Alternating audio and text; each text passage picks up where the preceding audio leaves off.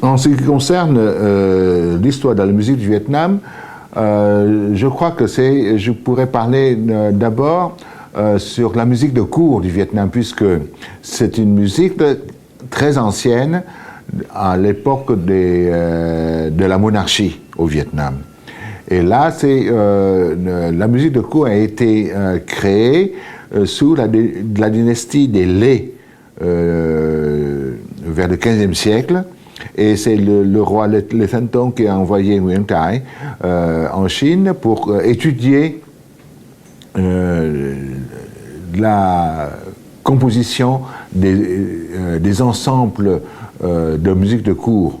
Et c'est justement pour ça qu'il a fait une copie conforme de la musique de cour des Ming, de la dynastie des Ming en Chine. Et nous avons la musique pour accompagner l'empereur quand il recevait des personnalités, des chefs de l'État, des rois, etc. Et aussi c'est la musique pour les réunions quotidiennes, journalières, quand il montait sur le trône et quand il organisait des repas royaux. Il y a la musique des banquets, le Ying Nhạc. Et après, il y a la musique du temple de Confucius, le Miu Nhạc. C'est très important parce que c'est grâce à cela, c'est qu'on avait l'orchestre qui jouait de la musique du Confucius. Et juste maintenant, il n'y a que 3 pays qui possèdent encore cet ensemble. C'est la Corée du Sud, le Vietnam et le Taïwan. Et là, c'est au moins, il y a quelques années, j'ai été demandé pour vérifier, après c'est sûr que le son, pour contrôler le son des carillons de cloche et les carillons de phonolite. Et ces carillons de phonolite, là, il fallait faire exactement comme le son d'origine de cet ensemble, et on avait mesuré sur le plan acoustique chaque pièce, chaque phonolite. Il y a des pièces sonores qui ont été cassées. Donc il n'y avait pas, c'est l'ensemble des 16 morceaux de pierre et aussi des 16 morceaux de cloche. Et tout ça, c'est la Corée du Sud qui avait accepté d'offrir au Vietnam ce carillon de cloche et ce carillon de phonolite en envoyant un spécialiste de venir au Vietnam, choisir la pierre au Vietnam, et aussi c'est la composition du métal des cloches pour refaire exactement les 16 cloches et les 16 pièces sonores. Et là, c'est en 2011, on avait célébré l'orchestre complet de musique de cour à Huế, avec le carillon de cloche et le carillon de phonolite dans l'orchestre. Et ça, c'est maintenant, nous avons un orchestre complet de la musique de cour. Et c'est très important de conserver, et surtout, c'est d'essayer de retrouver l'emplacement des cloches et des pièces sonores dans la composition des morceaux de musique de cour. Ça, c'est une autre affaire. Et puis après, nous avons en même temps, il faut signaler qu'il y avait les danses militaires et les danses civiles, Văn Vũ et Võ Vũ. Tout ça, c'est très important parce qu'il y a le Văn Vũ, c'est-à-dire qui représente les lettrés Et les Wafu, ce sont des militaires, des soldats. Et tout ça, c'est dans un ensemble de 64 danseurs de danse militaire et danse civile. Et pour former, vraiment, c'est pour des cérémonies officielles. Et non seulement ça, nous avons aussi des danses de Tulinvu, c'est-à-dire des 4 animaux légendaires fabuleux. C'est comme l'Amlanguifo. Ça, c'est très important. On a maintenant, on a conservé encore la danse de la licorne, qui est l'Anvou. On a créé un couple de licornes et qui donne naissance à une petite licorne. Et c'est très touchant de voir cette danse. Et on a la danse du phénix avec la danse du dragon. Et c'est très joli aussi. Mais Kui, c'est-à-dire la danse de la tortue, tout ça, c'est très intéressant, c'est de voir qu'on essayait de restituer toutes ces danses-là, parce que chez le peuple vietnamien, des kings, on n'avait pas de danse.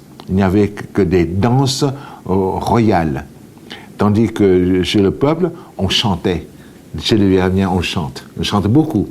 N'est-ce pas? C'est dans le nord, il y a le Hát Quan Họ, le Phượng Vải, le Hát Xoan, Hát Cò La, etc., etc.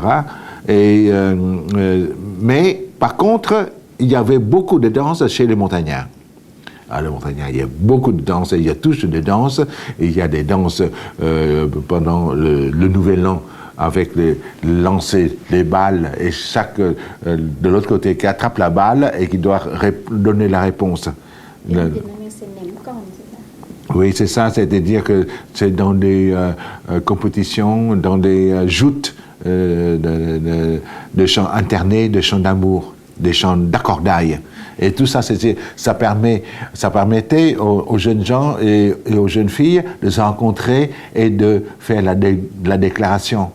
Et bien sûr, la déclaration amoureuse, mais c'est pour un amour platonique. Et après les fêtes, on pourrait se rencontrer plus tard. Mais seulement, c'est pendant la fête, il faut respecter la tradition. Et puis après, il y avait,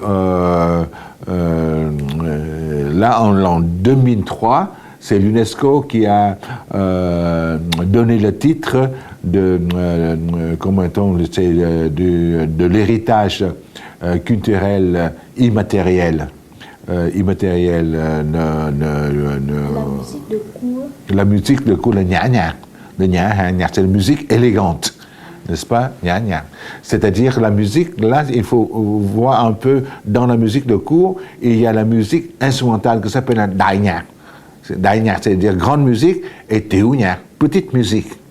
Et après, il y a le nya-nya, c'est-à-dire musique élégante, qui existe en Chine, c'est yayue, au Japon, c'est gangaku, et en Corée, c'est un ak.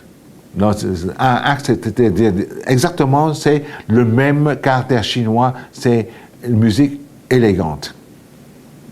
Et là, on voit très bien que cet ensemble-là est composé par des instruments comme les vielles, le luth piriforme d'Antiba, le hautbois, le Kandai Kantiu, le Sintien de Kikata-Sapek, le Tamamla, l'ensemble de trois petits gonds, et le tambour, le Tam Kabang, c'est-à-dire le petit tambour en sablier, etc. Et tout ça, c'était une musique pour jouer, c'est pour divertir les grands dignitaires de la cour, et aussi c'est pour les grandes fêtes, etc., pour égayer les réceptions, les cérémonies. Tandis que le daïnya, c'est avec les grands tambours, le hautbois, et beaucoup plus de sons stridentes, très forte, et surtout c'est par des percussions, beaucoup de percussions, de tambour mâle, tambour femelle, tom de tom kai, etc. Mais l'UNESCO a donné le titre pour l'ensemble Nya-Nya, musique élégante. Et là, c'est depuis de l'an 2003. Et ça fait déjà 10 ans que c'est la musique de cour maintenant commence à se développer avec le grand festival Hue,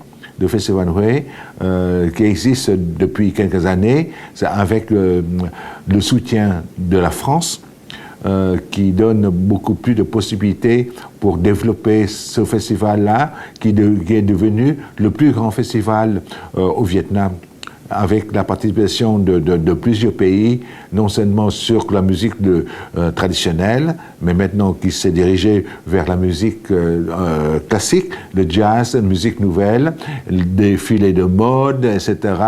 Et puis toutes les musiques traditionnelles du Vietnam comme Quan Ho, Ca Tru, Hát Chèo, Hát Cải Lương, etc.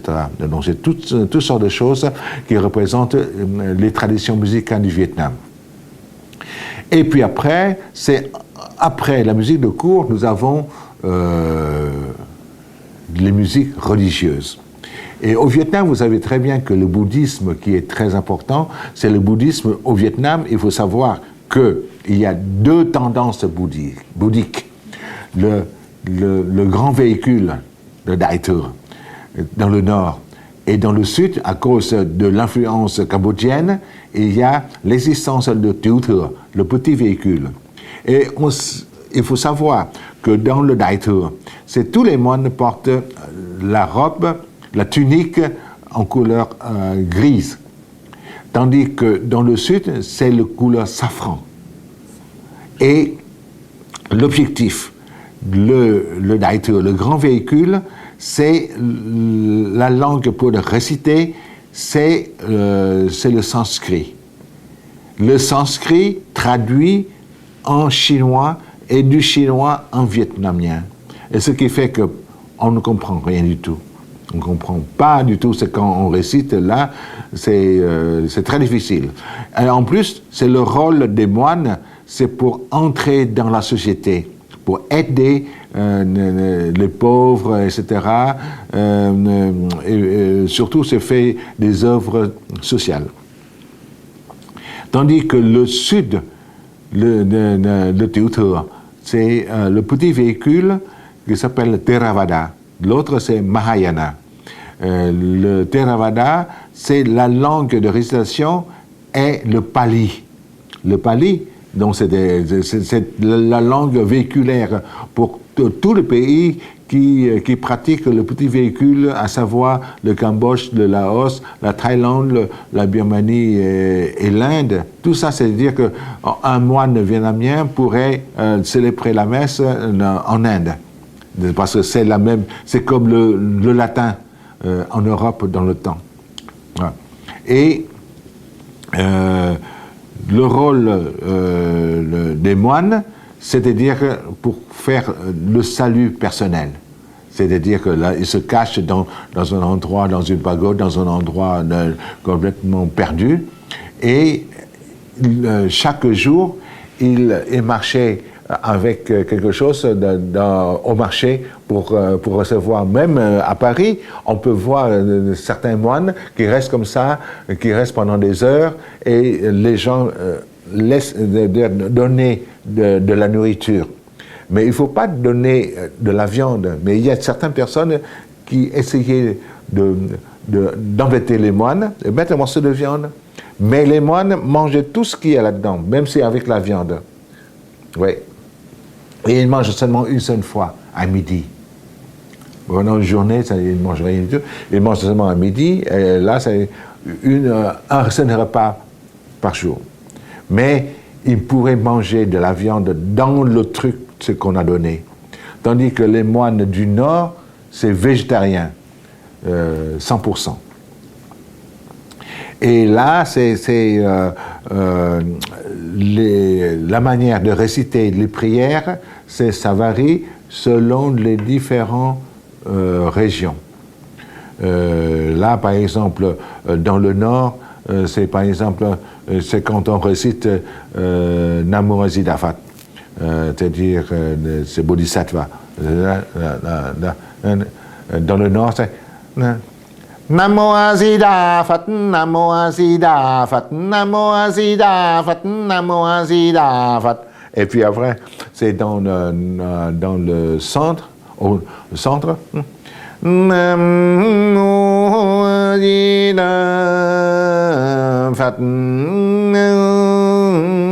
từ bi thân nước tân ni thân thì thân Nam Mô A Di Đà Phật. Et dans le sud, c'est dans le c'est comme Nam Mô A Di Đà Phật, Nam Mô A Di Đà Phật. Donc, on voit très bien que l'application de la musique traditionnelle dans la récitation bouddhique, selon les différentes régions du Vietnam, donc au Vietnam, c'est la musique régionale, ce n'est pas une musique nationale. Et chaque région qui a une caractéristique qui reflète beaucoup dans la manière, non seulement dans la célébration des messes, n'est-ce pas, le matin, ou bien c'est-à-dire pendant les funérailles, etc., ou bien tout ça, on pourrait observer selon les moines, les vénérables, qui gardent telle ou telle pagode. Et ça, c'est ce qui reflète soit le centre, le nord ou bien le sud. On peut trouver, même à Paris, on a à peu près une dizaine de pagodes et puis de maisons pour la méditation, etc. Donc, et puis après, nous avons le caudaïsme. Le caudaïsme, c'est dans le sud, à Tây Ninh. À Tây Ninh, c'est dans le sud, il y avait un temple qui est très important. Et là, c'est le caudaïsme, c'est comme le communisme. C'est un mélange de tout. On peut vénérer Victor Hugo, Jean-Jacques Rousseau, Jeanne d'Arc, Bouddha, Confucius, Lao Tzu, Mohamed, etc. C'est-à-dire toutes les religions qui se sont fusionnées dans ce panthéon. Et là, et pourtant, c'est dans le sud, on a ce caudaïsme-là avec 3 millions de fidèles. C'est énorme. Et ils ont l'organisation à l'intérieur des villes, ils ont aussi une petite armée indépendante, et les gens, quand ils vont au temple, ils portent la tunique blanche. La tunique blanche, et il y a, selon la hiérarchie, il y a des tuniques bleues, rouges, verts, etc., et jaunes. Et tout ça, on voit la tunique, on voit très bien qu'il est le cardinal, ou bien l'évêque, ou bien le curé, etc. Donc il y avait la hiérarchie, et on voit très bien que seulement le fidèle, c'est en blanc, tout en blanc. C'est très, très, très joli, et la musique est la musique traditionnelle du Sud. Donc il y avait le luth en forme de lune, la vielle à 2 cordes, etc. Donc et la manière de réciter les prières, c'est basé sur le mode spécifiquement sud-vietnamien. Et à part de cela, bien sûr qu'il y a le catholicisme, le christianisme, qui est très important, parce que le Vietnam, c'est le 2e pays en Asie qui a le plus grand nombre de fidèles. Le premier, ce sont les Philippines, les Philippins, qui est un pays catholique, chrétien. Le Vietnam, qui a quand même 5 millions de fidèles. Et en plus de cela, c'est depuis l'arrivée des Français au XVIIIe siècle, avec tous les missionnaires des jésuites qui ont été un peu partout. Et ces jésuites-là, qui entraient dans des régions montagneuses, et là, ils ont le contact avec les montagnards beaucoup plus que les Vietnamiens. Et puis après, c'est le catholicisme, le christianisme, avec des prêtres, et ils ont créé de nouveaux chants. De nouveaux chants. Là, c'est depuis une cinquantaine d'années, on commençait à réciter la messe en vietnamien. Parce qu'avant, c'était en latin. Donc maintenant, c'est en vietnamien, on chantait des chants vietnamiens, etc. Et tout ça, c'est très bien. On peut entendre maintenant, même à Paris, il y avait l'église là, j'ai été une ou deux fois pour écouter. C'est très intéressant de pouvoir, par exemple, quand on récite les prières Sainte Marie, mais il y avait les tons de la langue vietnamienne. Kính mừng Maria đầy ơn phước Đức Chúa Trời ở cùng bà có phước lạ hơn mọi người nữ vậy Giêsu con bằng phước lạ. Thánh Maria Đức Mẹ Chúa Trời gọi cho chúng con là kẻ có tội khi này và trong giờ lâm tử. Amen. Donc on voit très bien que c'est basé sur une échelle tritonique.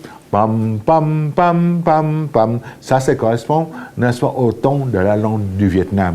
Et ça, c'est quand on fait ça, pam, pam, pam, et on voit très bien que dans tous les jeux des enfants vietnamiens, basés sur ces trois tons, do, fa, son, par exemple, il y a le jeu tùm nụm tùm nịu tai tí tai tiên đồng tiền chiếc đũa hột lúa ba bông bù sa bù xích con rắn con rít thì ra tay này.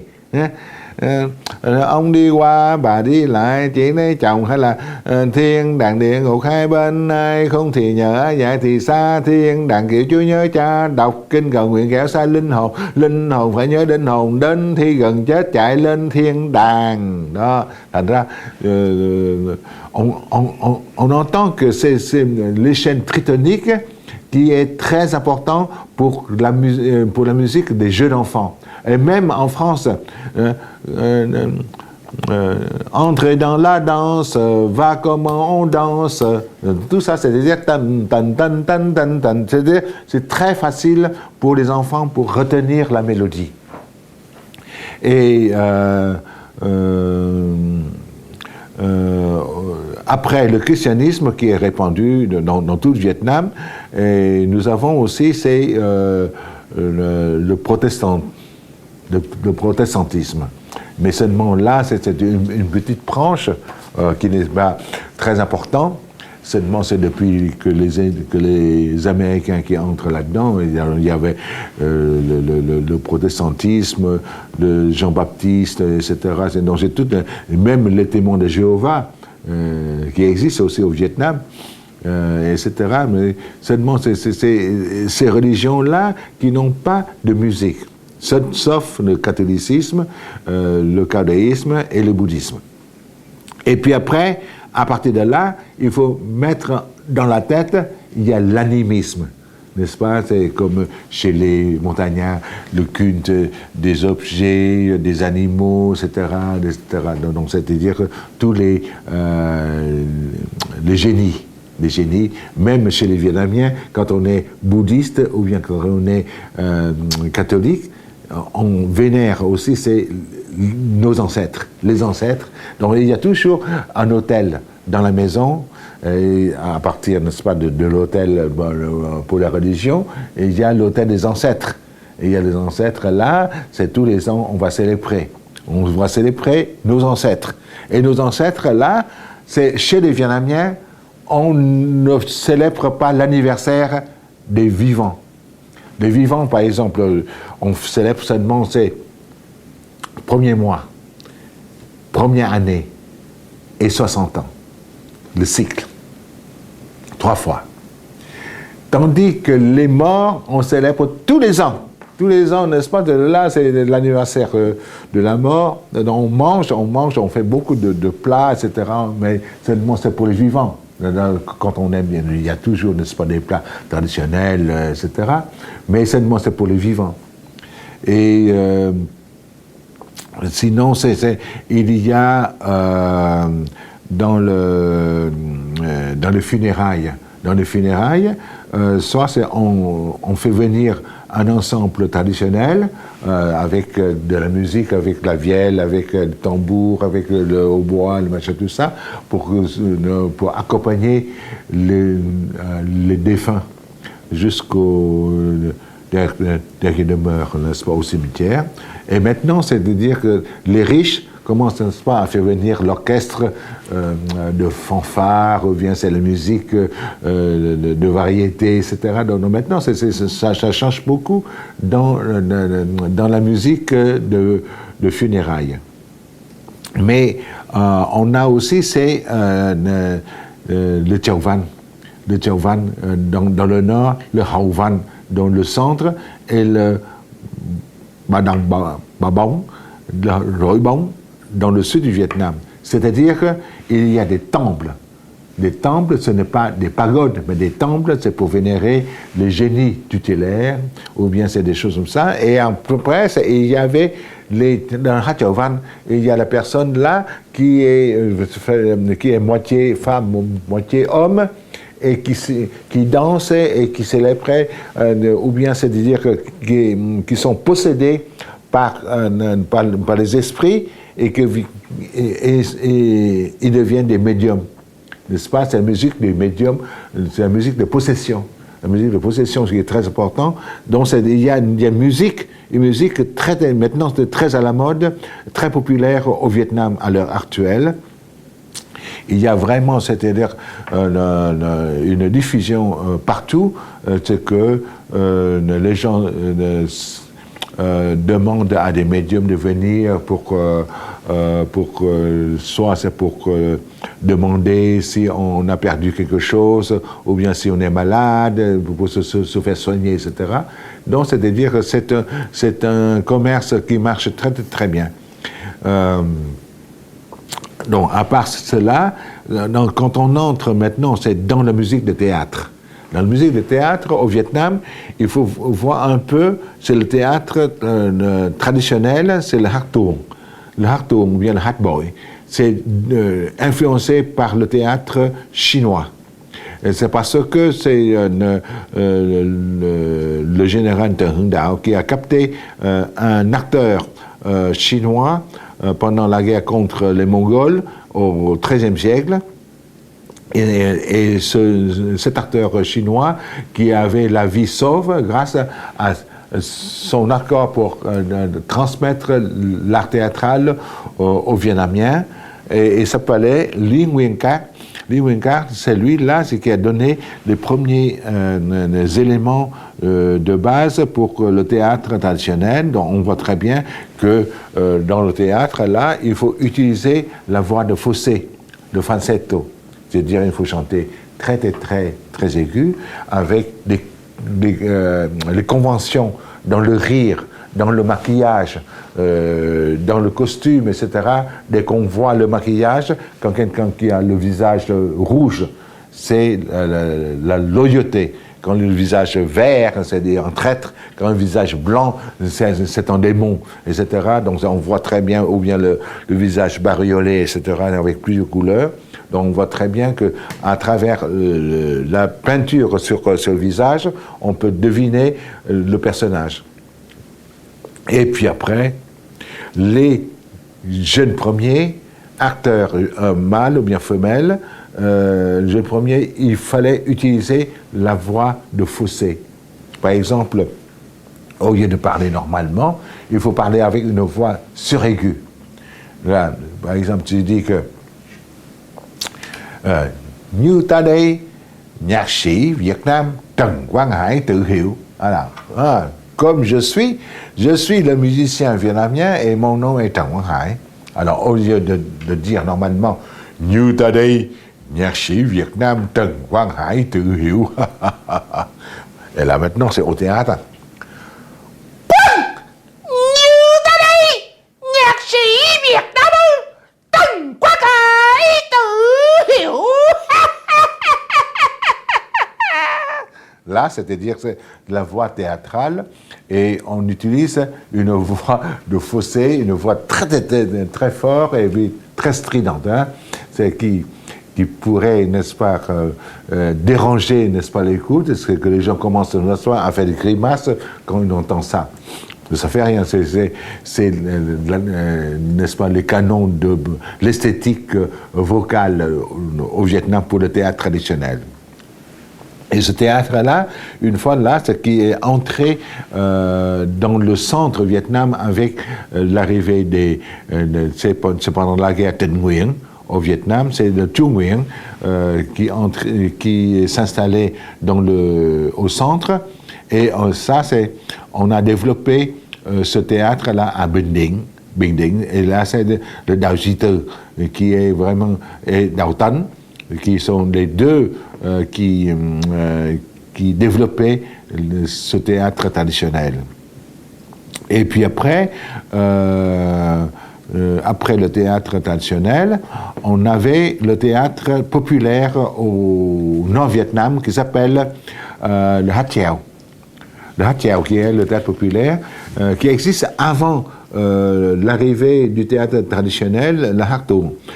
Parce que ce théâtre-là, c'est une soupape de sûreté pour dire des choses, critiquer les notables, critiquer la société, mais sans être mis en prison.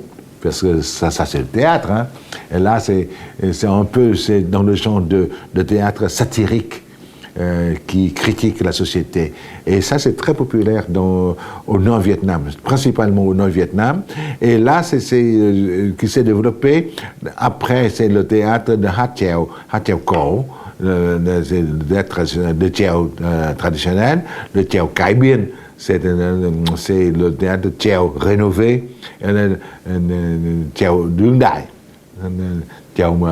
c'est le Chèo contemporain. Donc il y avait des personnages qui ne sont pas des personnages traditionnels comme avec les militaires, les Américains, etc., n'importe qui. Mais les pièces traditionnelles, c'est le Quan Nam Thi King, qui est vraiment, c'est une pièce traditionnelle. Tous les Vietnamiens connaissent très bien, au moins c'est un extrait de Quan Nam Thi King, ça c'est très important. Et là, même si on regarde 50 fois, on apprécie beaucoup parce qu'il y avait des choses marrantes, et enfin c'est la musique traditionnelle, et c'est très captivant. Et puis après, c'est quand on va dans le sud, depuis le début du XXe siècle, c'est la naissance du Hát Cải Lương. Le Hát Cải Lương, là, c'est-à-dire d'origine inspirée du théâtre français, avec des pièces comme Le Cid, Les Misérables, etc.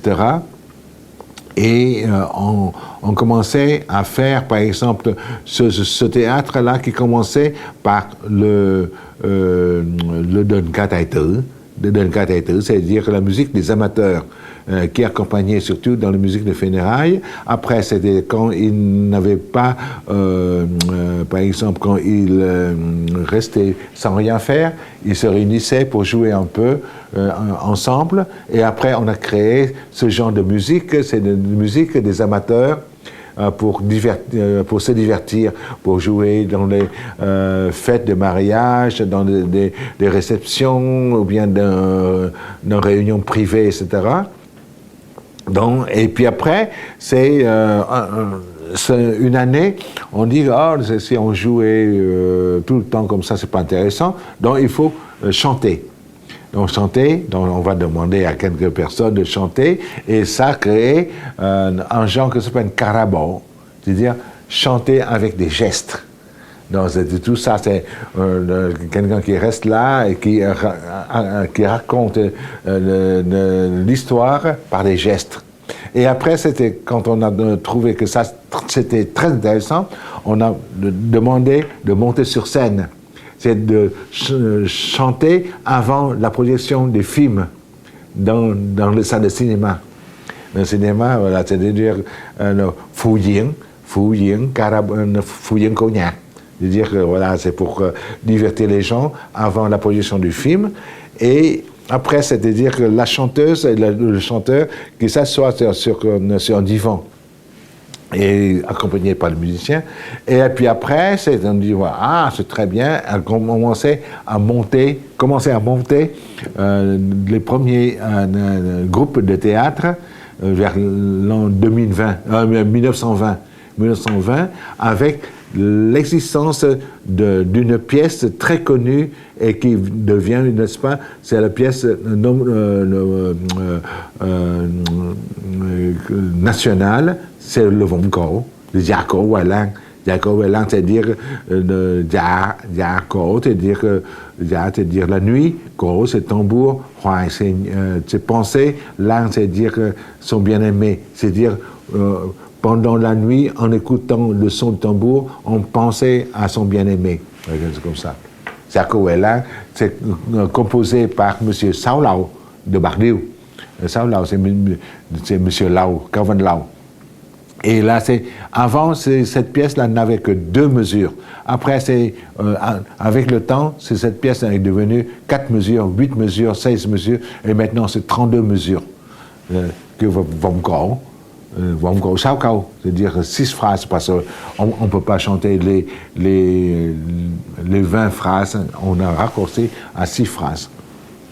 Et cette pièce-là, Vong Cổ, qui est liée à la création du théâtre rénové Hat Cải Lương dans le sud, depuis 1920 jusqu'à maintenant, donc ça marchait très très bien, et surtout dans le sud. Et puis après, c'est vers le nord, vers les années 30.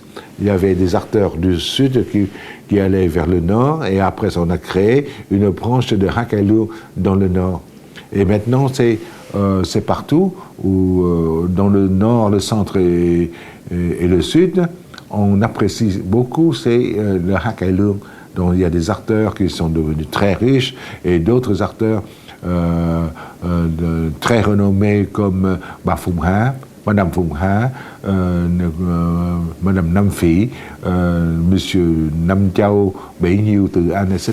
Donc et là, c'est maintenant, bon, il y a des jeunes, hein, moi je ne peux pas me rappeler avec les jeunes, mais c'est très connu dans le sud. Et là, c'est-à-dire, il y a aussi le Kịch Nói, c'est-à-dire le théâtre parlant.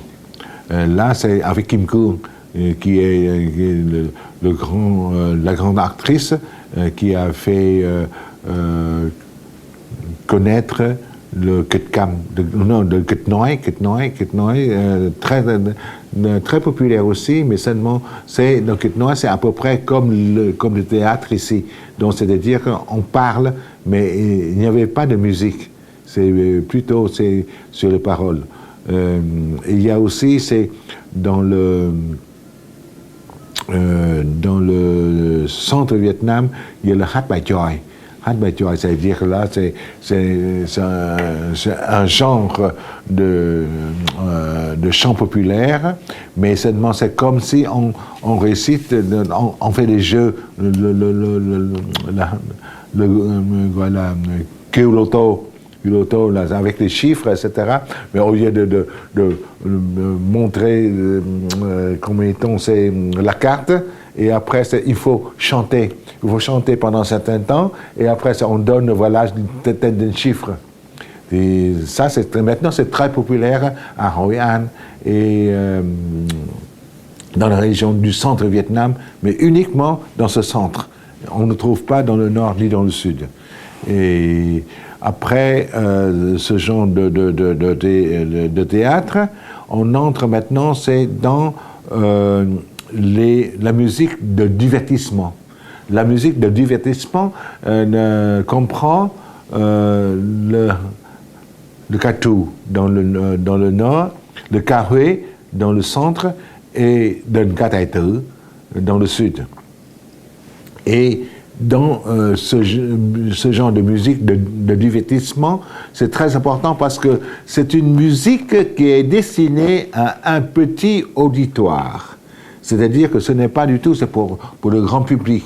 Le gâteau, dans l'ancien temps, c'est qui a été créé vers le XVe siècle avec une chanteuse qui jouait des cliquettes et qui chantait des poèmes, accompagnée par un joueur de luth, le dandai, le luth à 3 cordes, et ponctué par un tambour d'éloge joué par un lettré, par un connaisseur qui connaissait toutes les formules de tambour, parce qu'il faut connaître les formules pour donner des compliments ou bien pour refuser, pour chasser les chanteuses quand elles sont mauvaises. Dans ce cas-là, c'est très important parce qu'il y a la formule qu'on appelle c'est fermer la bouche, comme ça, c'est-à-dire la chanteuse saluer comme ça et se retirer pour une autre chanteuse qui arrive. Et cet art-là qui demandait à la chanteuse de travailler très bien, c'est à peu près comme le geisha au Japon. C'est-à-dire qu'il y avait une connaissance parfaitement bien, connaître la langue sino-vietnamienne, et aussi, c'est-à-dire de toutes les, comment les règles de versification, c'est-à-dire de poèmes pour réciter le hat noi, d'autres styles dans le gâteau.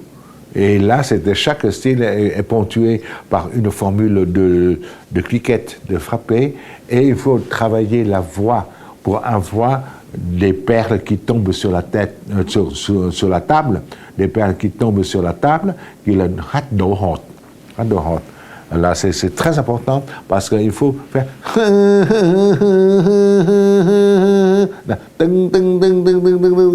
et là, c'est-à-dire il faut travailler pendant des années pour pouvoir voir ça et chanter avec le son nasal dans le nez.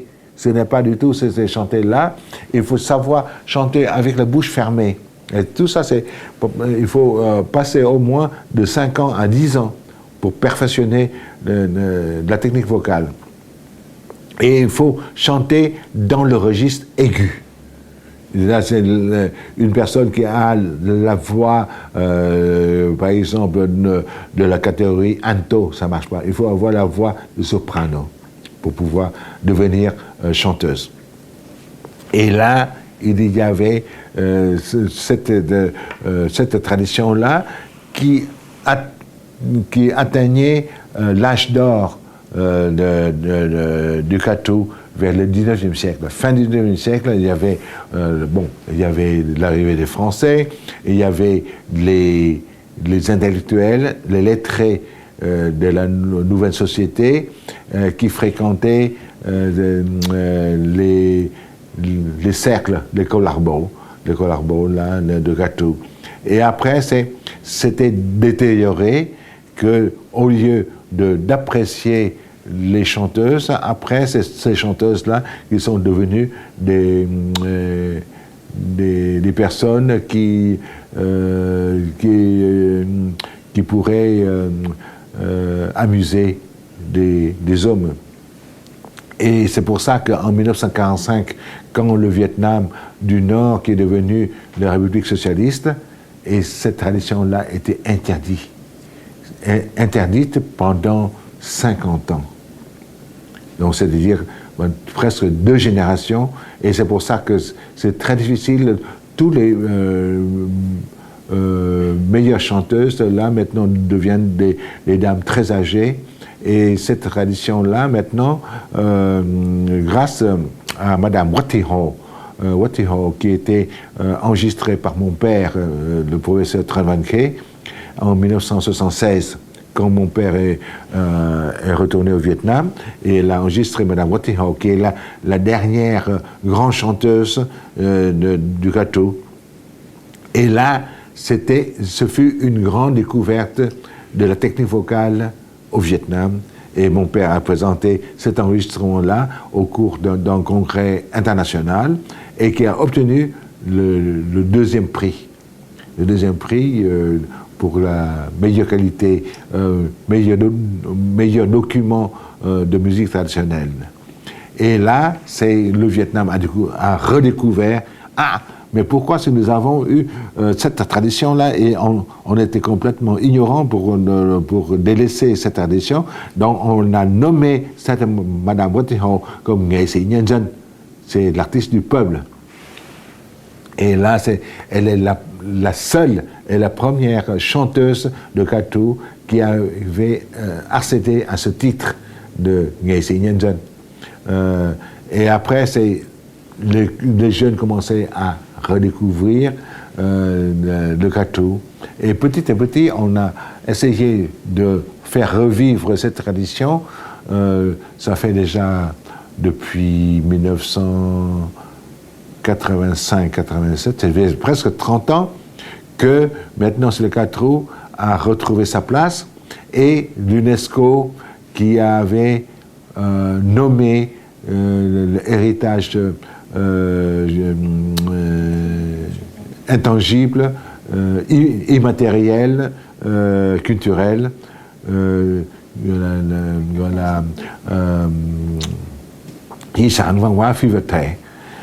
Ça c'est très important. Et là, c'était en 2009.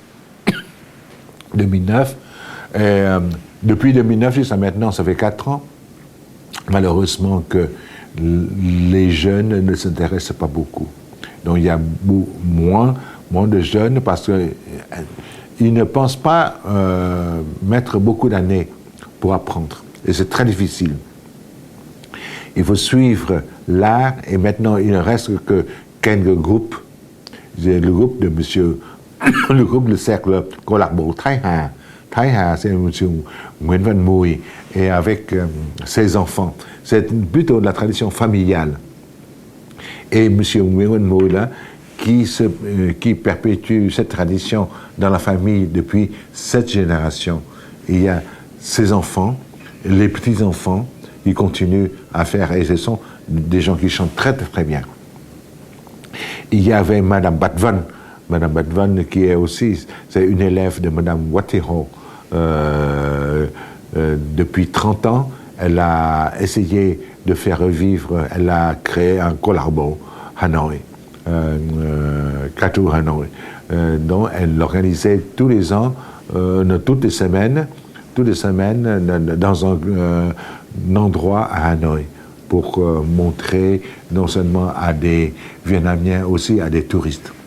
Il y avait une autre jeune femme qui s'appelle Phạm Thị Huệ, qui est devenue la seule et unique femme qui jouait du landai, parce que le landai uniquement c'est pour les hommes, pas de femmes. Donc elle est la seule femme qui jouait du landai parce qu'elle est professeure de Tiba, lutte piriforme au conservatoire de Hanoï. Et elle chantait un peu, mais sa voix, qui est une voix assez grave, donc elle ne chante pas très bien, mais elle joue très bien. Elle joue du dandai. Et elle a formé un ensemble qui s'appelle Collarbo, Thăng Long, qui recoupait une vingtaine de jeunes de 15 ans à 20 ans. Et elle a donné des concerts, des rencontres comme ça, et surtout c'est pour les touristes, parce que elle a un site en anglais et pour raconter un peu sur l'historique du Catu, etc. C'est très important, mais malheureusement il n'y a que 3 personnes. Et tandis que dans les autres villes, on ne voit pas très bien parce que il y avait une sorte de tous les trésors nationaux, n'est-ce pas, les trésors nationaux, le Baovat, qui sont complètement délaissés, qui ne sont pas ravitaillés financièrement par l'État, et pourtant c'était des trésors nationaux vivants. Mais seulement là, ils disparaissent année après année. Donc maintenant, il reste très peu de gens qui connaissent très très bien cette tradition-là. Mais vraiment, c'est une perte, parce que si les jeunes ne s'intéressent pas, comment on pourrait conserver et puis prolonger cette tradition? Et dans le centre, il y a le Kahoe. Le Kahoe, c'est-à-dire la musique de Hue, qui est très connue dans le milieu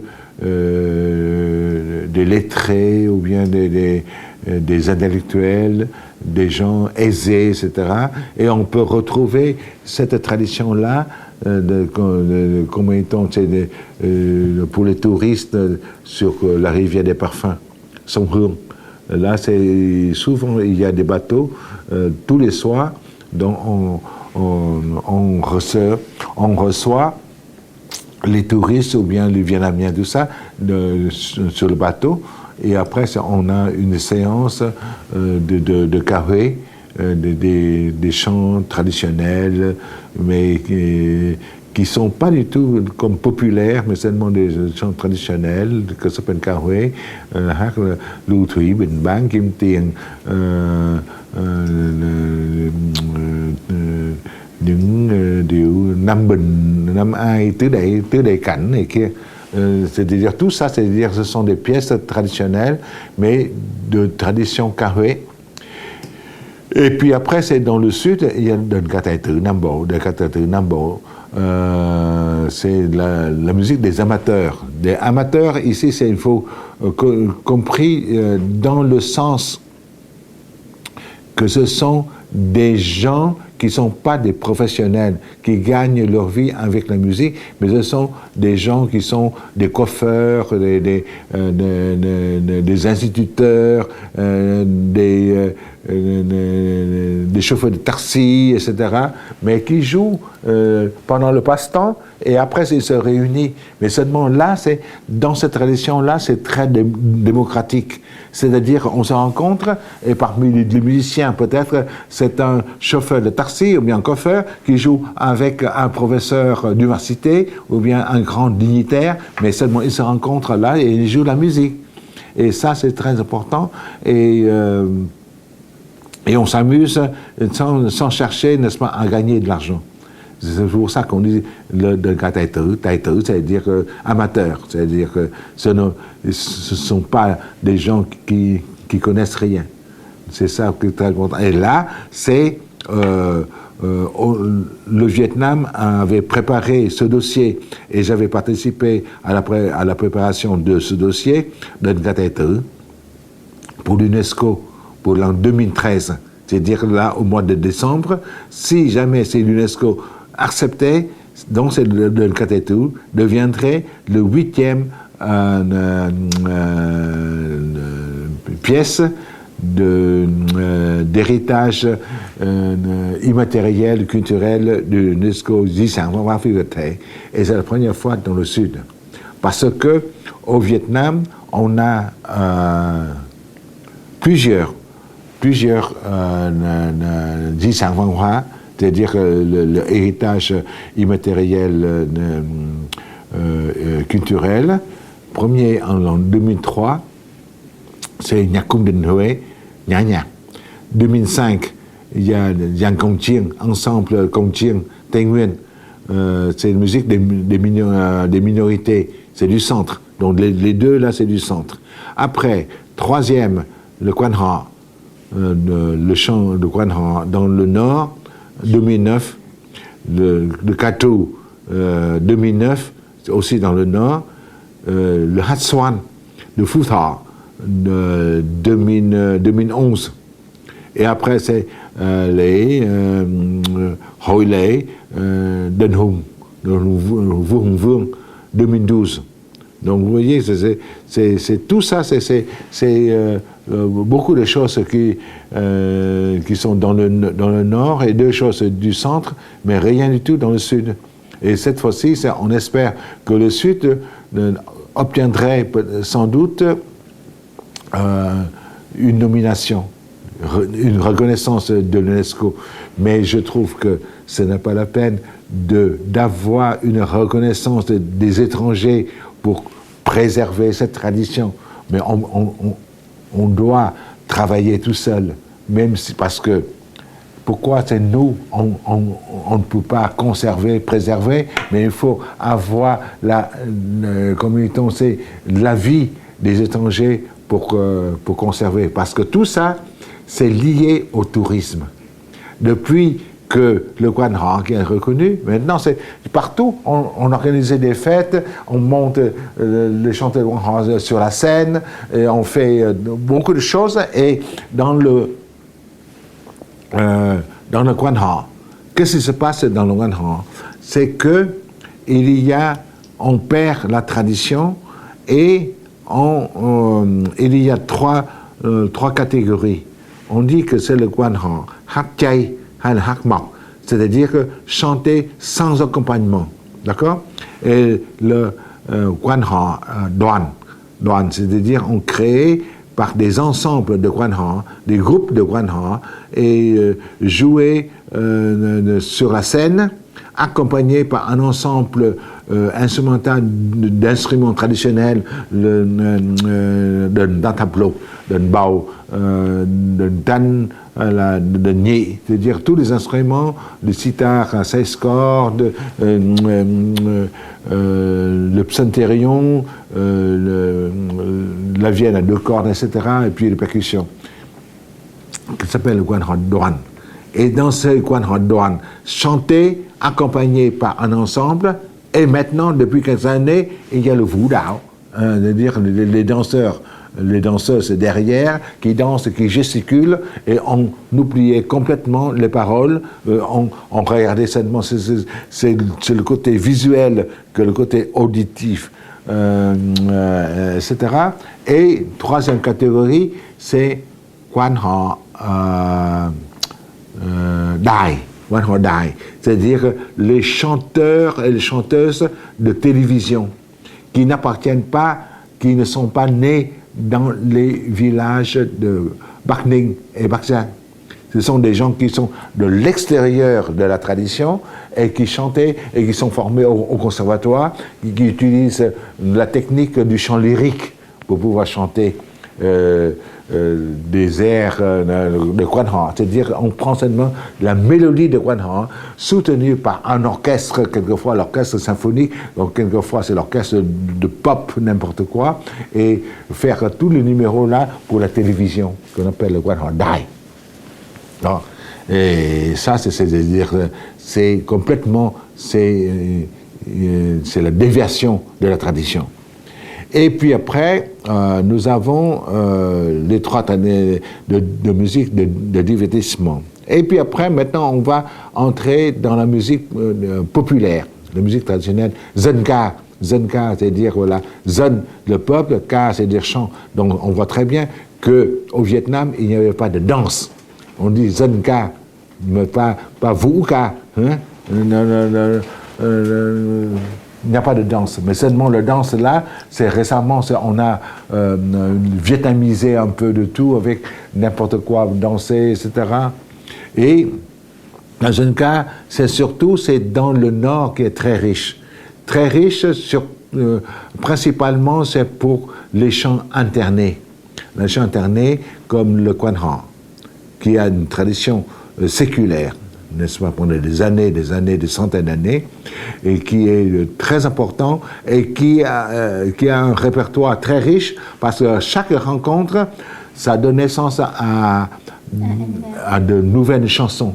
Parce qu'avec la compétition, etc., maintenant, on a détecté presque 600 chansons de Quan Ho, différentes. Alors, il y avait la tradition, le Ngũ Bon, c'est-à-dire dormir ensemble, et le Kết Nghĩa, c'est-à-dire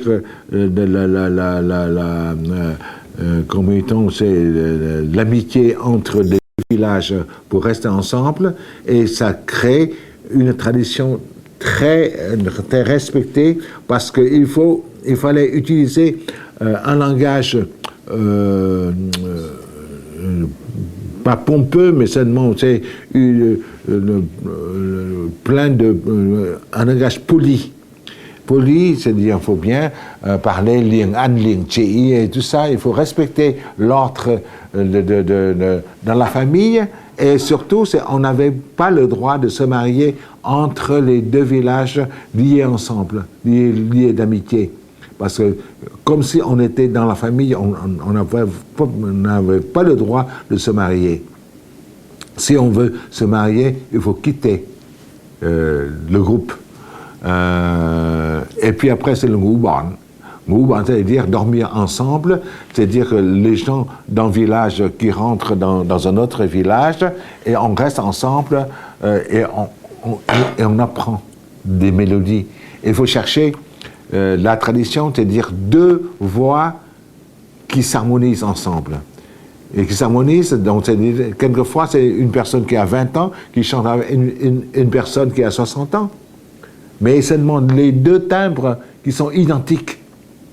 Le même timbre, la même catégorie de registre. Et là, il faut entendre que des deux voix, on a l'impression que c'est une seule voix. C'est pour ça qu'il y a le vang, qui retentit partout, et jaune, c'est-à-dire amplifié, c'est plus fort. Et vang, nen, c'est-à-dire chanter avec la base, la fondation, et naï, c'est-à-dire faire sortir les perles. Tout ça, c'est-à-dire avec les techniques vocales. En ce qui concerne, n'est-ce pas, les chants populaires, on a remarqué qu'il y a le Guanha qui a une tradition séculaire, une tradition très importante, mais en dehors de ça, nous avons d'autres types de chants, comme le Hatswan. Le Hatswan, c'est de Futa, qui vient d'obtenir, n'est-ce pas, c'est l'héritage immatériel et culturel de l'UNESCO en l'an 2011. Et c'est une renaissance d'une tradition qui est complètement perdue à Futa. C'est très intéressant, ça, avec des techniques vocales, des danses, etc., des mouvements et le déroulement, c'est très intéressant. Il y a aussi, c'est le kola, le chant de l'Egretplan, c'est un chant d'amour interné vers le début du Nouvel An.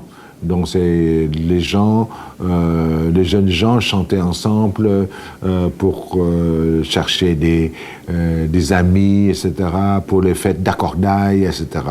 Et il y a aussi ce Tongkun, c'est pareil, c'est le chant accompagné par un tambour en terre, c'est-à-dire un rotin qui est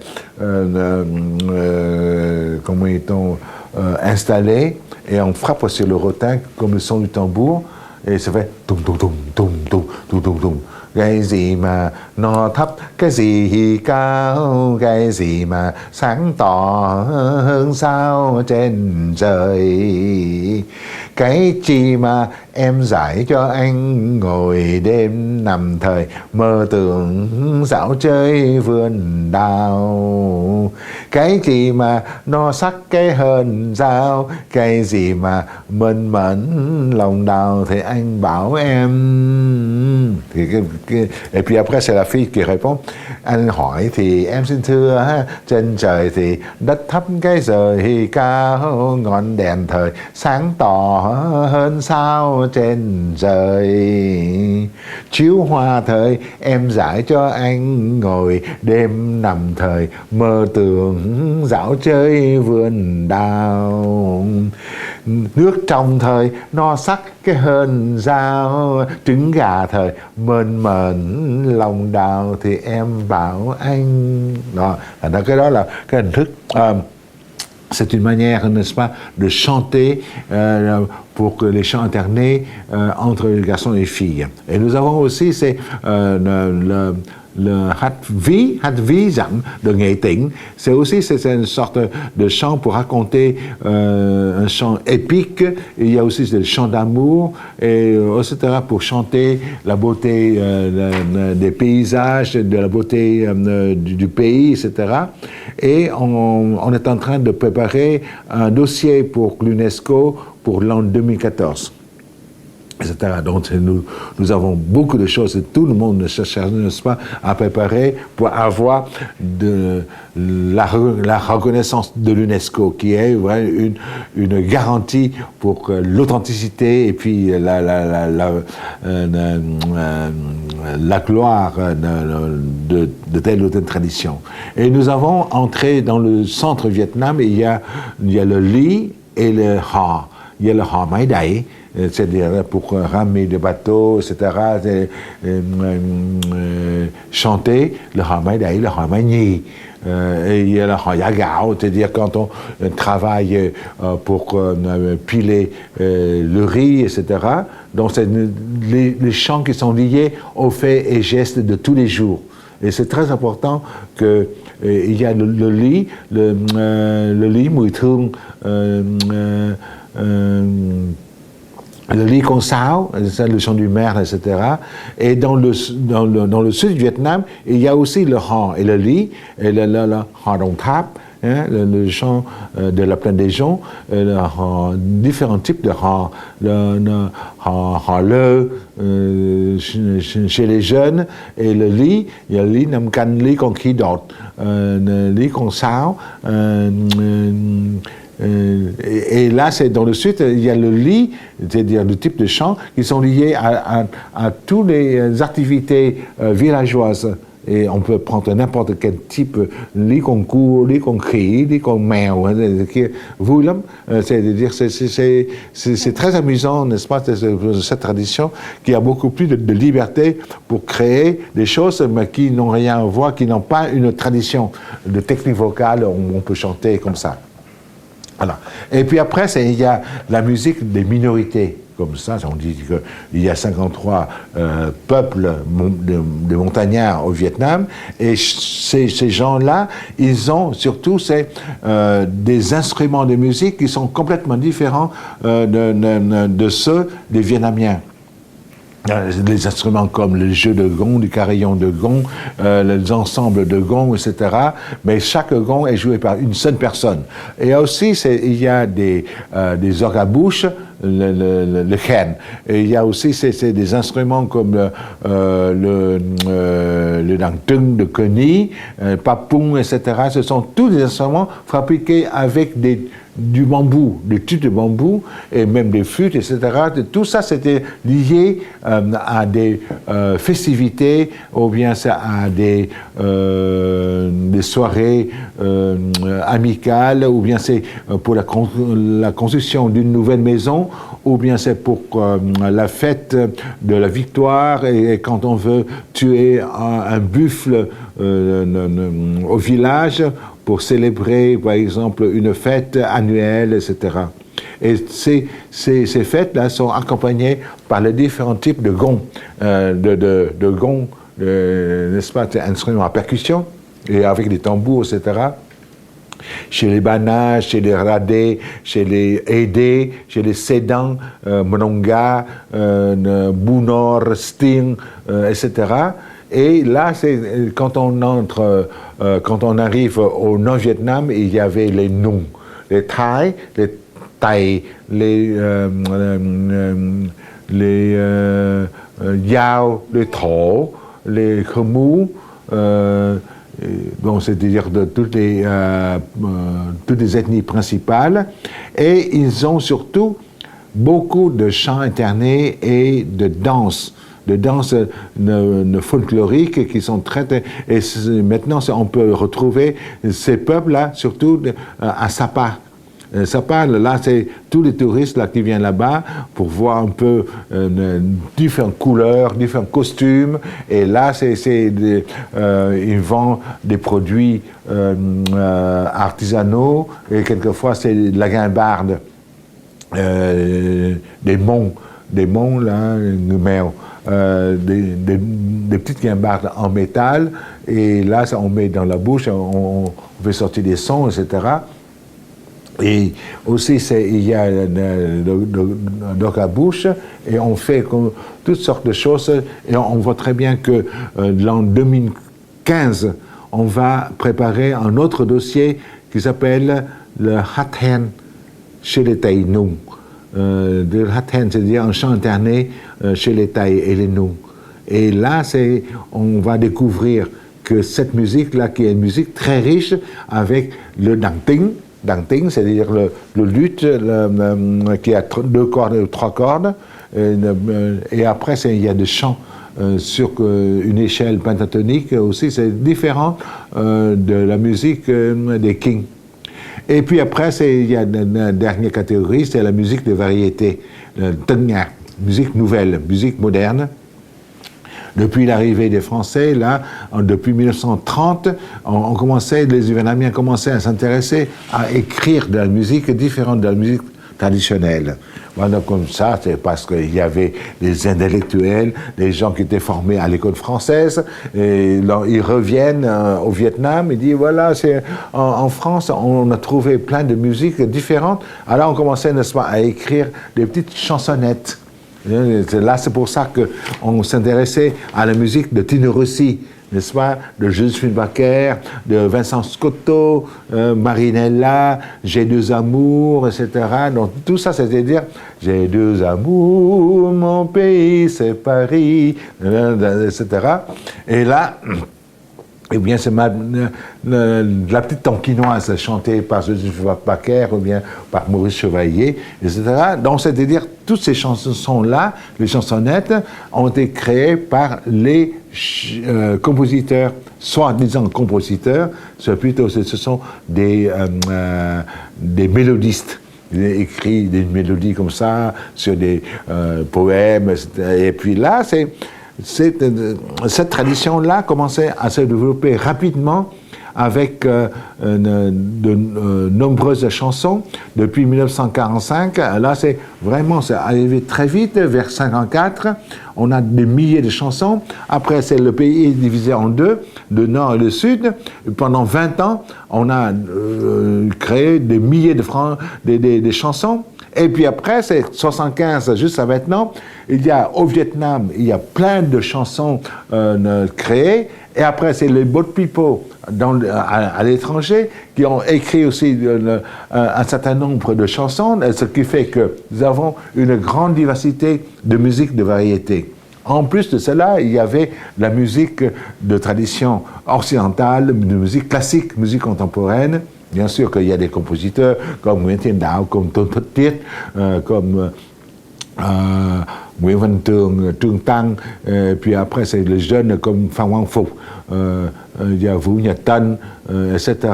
Donc il y a beaucoup de jeunes compositeurs, des compositeurs très connus maintenant, non seulement chez les Vietnamiens, mais aussi à l'étranger. Et cette tradition-là commence, n'est-ce pas, à dominer au Vietnam, et avec l'intérêt principal maintenant se tourne vers de faire connaître la musique classique occidentale avec l'orchestre symphonique.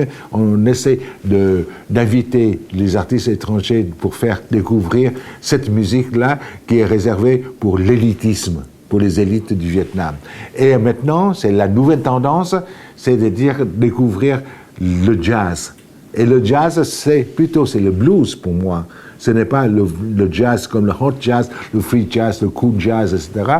Mais c'est le jazz avec le blues. C'est beaucoup plus facile pour les Vietnamiens et le contenu, c'est-à-dire le langage musical est très proche de la musique du Vietnam. Et c'est pour ça que maintenant, on commençait à composer de nouvelles chansons inspirées de la technique du blues dans les chansons, nouvelles chansons. Et après, il y a le pop, le hip-hop, le techno, le rap, etc. Donc, c'est-à-dire, toutes les nouvelles musiques dans le monde entier, maintenant, se retrouvent au Vietnam et pratiquées par la jeunesse. Les jeunes Vietnamiens, maintenant, s'intéressaient beaucoup à la musique occidentalisée et délaissaient complètement la musique traditionnelle. C'est pour ça que, en 2013, nous avons constaté qu'il y avait le déclin de la musique traditionnelle et le développement de la musique nouvelle. Et c'est pour ça que vous voyez qu'avec ce panorama, bien sûr que c'est très succinct et superficiel, pour vous donner une idée sur les traditions musicales du Vietnam.